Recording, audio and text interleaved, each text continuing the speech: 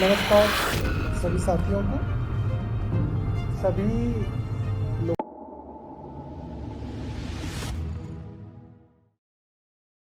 दिल्ली के गरीब आदमी को परेशान करने का काम लगातार भाजपा उपराज्यपाल के माध्यम से करती रहती है, चाहे दिल्ली के अधिकारियों को खुली छूट देनी है या मोहल्ला क्लिनिक की दवाइयां रोकनी हो। 4 अगस्त को दिल्ली के एलजी जंगपुरा विधानसभा में गए और बारापुल्ला के पास वह दौरे पर थे और वहां पर जो 40 वेंडर जो पिछले 40 साल से वहां पर बैठे हुए थे, उन्हें एलजी के एक झटके ने उन्हें उनके रोजगार से भूखा मारने का काम किया है। कल वहाँ रेहड़ी पटरी वालों को हटाने का काम किया गया। आपके दौरे के चक्कर में सारे नियम कानून को ताव पर रखकर अधिकारियों ने उन रेहड़ी पटरी वालों के रोजगार को छीनने का काम किया है। आप जब से इस सीट पर बैठे हैं तब से रोजगार छीनने का काम कर रहे हैं। जो लोग 40-50 साल से अपना घर पाल रहे थे, उनका रोजगार को आपने खत्म करने का काम किया है। प्रवीण कुमार परसों दिल्ली के एलजी बारापुल्ला के पास आए थे और एक लाट साहब तानाशाह की तरह उंगली दिखाकर वहाँ पर अपना रोजगार करने वाले लोगों को वहाँ से उखाड़ फेंकने का काम किया। एक तरफ भाजपा कहती है कि उन्हें गरीबों के प्रति हमदर्दी है, तो वही दूसरी ओर एलजी साहब के आदेश पर रेहड़ी पटरी लगाने वाले लोगों को बाहर कर दिया गया है, जबकि सुप्रीम कोर्ट के अनुसार ये नियम है कि जब तक इन लोगों को कहीं और जगह ना दी जाए तब तक उन्हें हटाया नहीं जा सकता। दूसरा, उनके खुद के गजट में लिखा गया है कि जब तक टाउन वेंडिंग सर्वे ना कर दें और उन्हें सर्टिफिकेट और नया वेंडिंग जो ना दिया जाए तब तक वहाँ से उन्हें नहीं हटाया जा सकता। ये सारे वेंडर्स ने पीएम निधि स्कीम के जरिए लोन भी लिया हुआ है और भारत सरकार ने उस स्कीम के तहत लोन दिया हुआ है और उसके बावजूद उन्हें पूरी तरह से वहाँ से हटा दिया गया है। 3 सवाल भाजपा और एलजी से पूछना चाहूंगा। जब देश में इतनी बेरोजगारी है, उस समय में इतने सारे वेंडर्स का जो स्वरोजगार है, उनकी रोजी रोटी छीनने का काम क्यों किया गया है? दूसरा सवाल, क्या अदानी की तरह इनका भी लोन वेव ऑफ होगा? बड़े बड़े लोगों का लोन वेव हो जाता है तो क्या इन गरीबों का होगा? तीसरा सवाल, भाजपा केवल चुनाव और वोट लेने के लिए गरीबों की मदद का दावा करती है मगर उसके बाद गायब हो जाती है। प्रवीण कुमार, जिन सांसद महोदय को जनता ने जिताया वे अब गायब हैं। जनता की बद्दुआ उन्हें लगेगी। दिल्ली के गरीब लोगों को परेशान किया जा रहा है और एमसीडी पुनः उन लोगों का रोजगार उन्हें वापस दे। दिल्ली से अतुल श्रीवास्तव की रिपोर्ट। नमस्कार सभी साथियों को। सभी लोगों को ध्यान होगा कि कुछ महीनों पहले दिल्ली के माननीय हाईकोर्ट के अंदर स्वास्थ्य सेवाओं को लेके एक बहुत सालों से एक पिटीशन, एक पीआईएल चल रही थी और उसके अंदर आईसीयू बेड्स को लेके हाई कोर्ट ने कहा था कि दिल्ली के अंदर जितने भी अलग अलग अस्पताल हैं उनके आईसीयू बेड्स की अवेलेबिलिटी होनी चाहिए। अस्पतालों के अंदर पेशेंट्स की ट्रीटमेंट के इंतज़ाम होने चाहिए और उसके ऊपर हाई कोर्ट के अंदर कई बार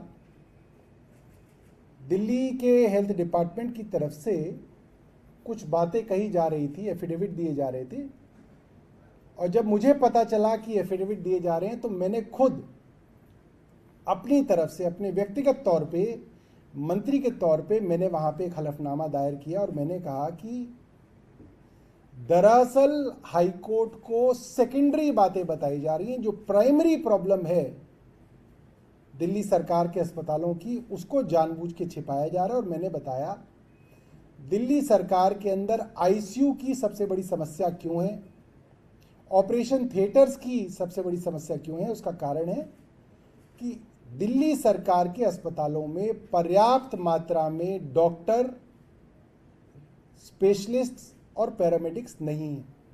फैक्ट्स हैं। कोर्ट को गुमराह करने की कोशिश की गई है। जानबूझ के एफिडेविट को मंत्री से अप्रूव नहीं कराया गया है।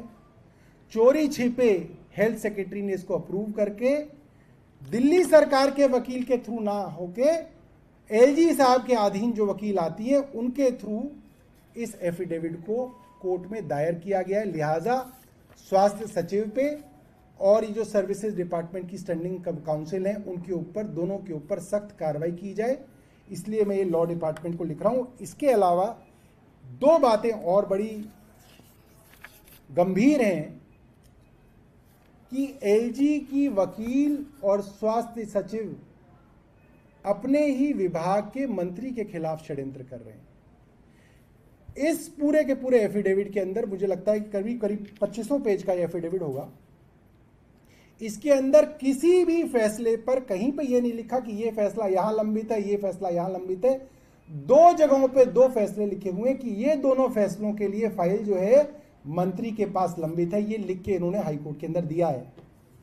और दोनों ही मामलों के अंदर कोई फाइल मिनिस्टर के पास लंबित नहीं है। सरासर झूठ इस मामले के अंदर हाईकोर्ट के अंदर भेजा गया। क्यों भेजा गया? एक षड्यंत्र किया जा रहा है एलजी साहब द्वारा लगाए वकील और एलजी साहब द्वारा लगाए स्वास्थ्य सचिव का कि झूठ हाईकोर्ट के अंदर एफिडेविट के माध्यम से दे दो। कोर्ट जब पढ़ेगा तो कोर्ट कहेगा अच्छा मिनिस्टर ने ये सब रोक के बैठे हुए हैं, अच्छा, और कोर्ट अपनी तरफ से टिप्पणी करेगा। हम तो वहां होंगे नहीं और कोर्ट की टिप्पणी अगले दिन अखबार के अंदर छापी जाए, इस उद्देश्य से किया जा रहा है। महत्वपूर्ण विषय पर आज हमने प्रेस वार्ता बुलाई है। जैसा कि आप सबको पता है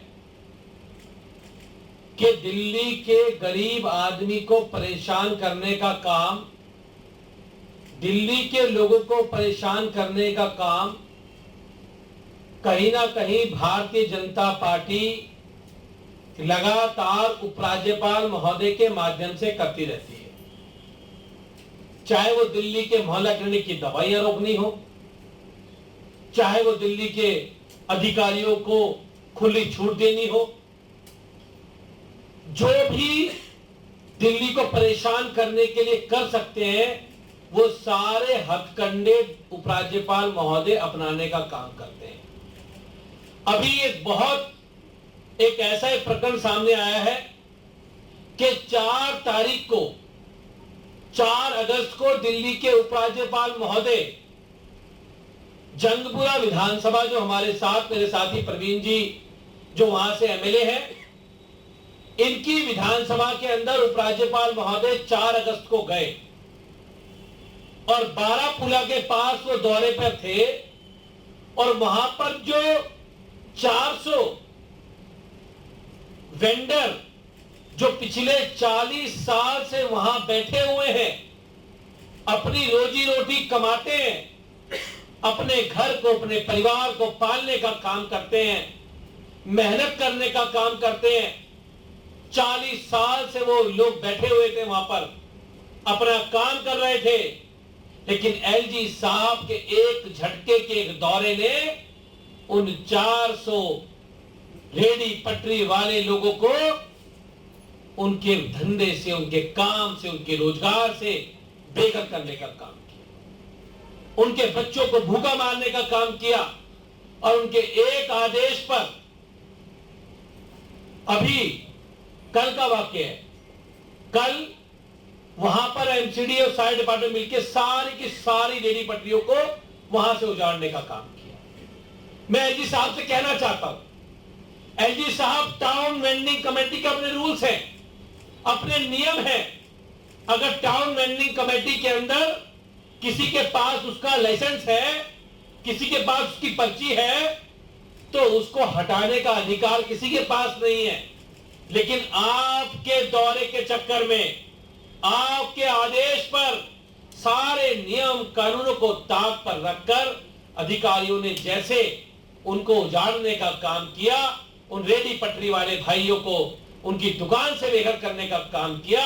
एलजी साहब, लोगों को रोजगार देने का काम करो, लोगों को बसाने का काम करो। जब से आप इस सीट पे बैठे हो, आप केवल रोजगार छीनने का काम करते हो।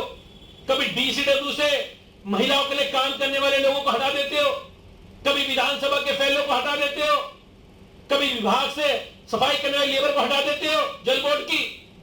और जब वहां भी सब कुछ कर लेते हो, तो उसके बाद जो लोग 40 साल से अपना घर परिवार पाल रहे थे, उनको आपने हटाने का काम किया। ये बहुत दुखद है और बहुत दुखदाई है। मेरे साथ भाई प्रवीण। ताज़ा खबरों से जुड़े रहने के लिए हमारे चैनल को सब्सक्राइब करें और बेल आइकन को दबाना ना भूलें, ताकि हर खबर की नोटिफिकेशन आपको मिलती रहे।